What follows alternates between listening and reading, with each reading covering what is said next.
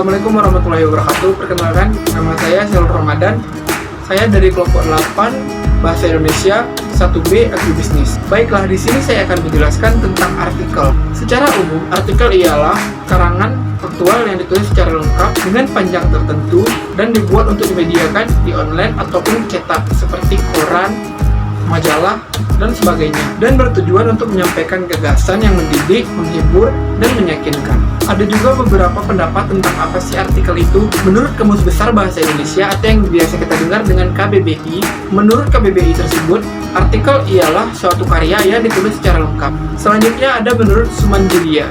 Menurut Sumandiria, artikel adalah suatu karya tulis lepas, berisikan sebuah opini seseorang yang telah mengetahui secara jauh tentang masalah atau objek yang bersifat aktual, dengan tujuan untuk memberitahukan, menghibur, mempengaruhi, dan meyakinkan yang membaca. Selanjutnya ada menurut Al-Aqli. Menurut Al-Aqli, artikel ialah suatu tulisan yang ditulis oleh seseorang atau orang-orang yang disiplin ilmu dengan pembahasan yang ditulis secara lengkap, lugas, dan tuntas, sehingga pembaca dapat menemukan inti dari karangan yang ditulis. Selanjutnya ada menurut Ensiklogipedia Prose Indonesia.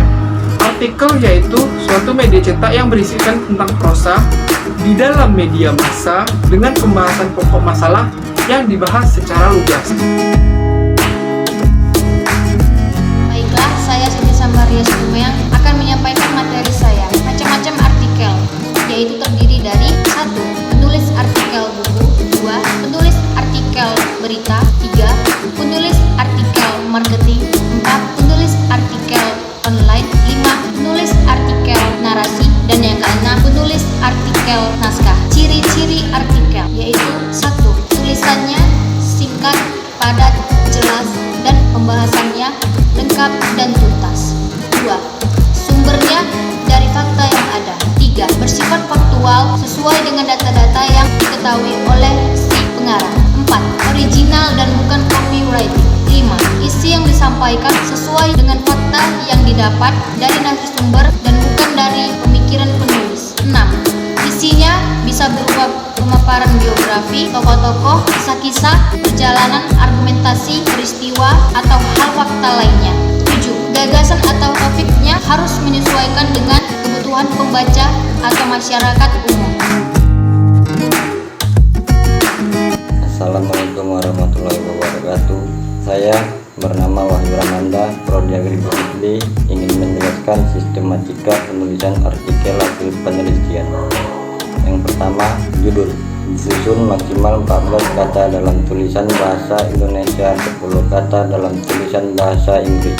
Yang kedua, nama penulis. Ditulis tanpa gelar akademik atau gelar kebangsawanan. Lembaga tempat penulisan bekerja ditulis dalam catatan kaki dan sertai alamat yang bisa dihubungi, baik email, alamat kantor, ataupun rumah. 3. Abstrak.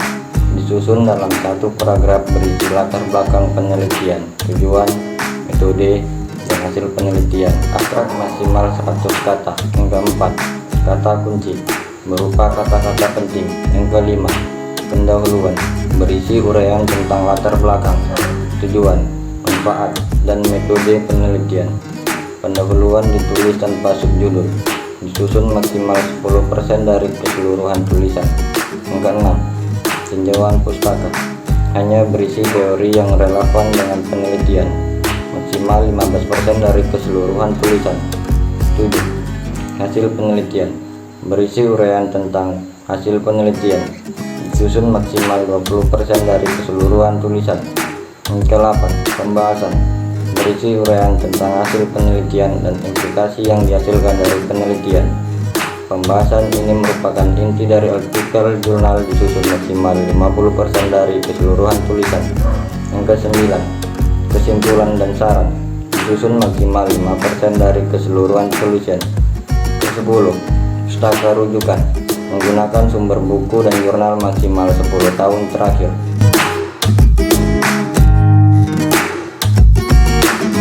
Nama saya Waldiman. Saya dari kelas 1B Agribisnis. Jenis-jenis artikel. Yang pertama, artikel deskripsi. Karangan ini memberikan gambaran tentang kasus atau situasi sehingga membaca seolah-olah melihat, mendengar, atau merasa. Yang kedua, ada artikel narasi. Dalam narasi sederhana yang dikenal sebagai cerita. Dalam narasi peristiwa atau kejadian secara kronologis. Dalam acara tersebut, ada juga pemimpin yang menangani konflik. Narasi dapat berisi tentang fakta atau narasi. Yang ketiga, artikel eksposisi. Esai ini berisi deskripsi atau penjelasan dari topik rangka, memberikan informasi tambahan atau pengetahuan untuk pembaca. Untuk memperjelas deskripsi, dapat dilengkapi dengan grafik, gambar, atau statistik. Yang keempat, ada artikel argumentasi. Ini bertujuan untuk membuktikan kebenaran pendapat atau kesimpulan dengan data atau fakta sebagai alasan atau bukti. Menurut argumen, penulis mengharapkan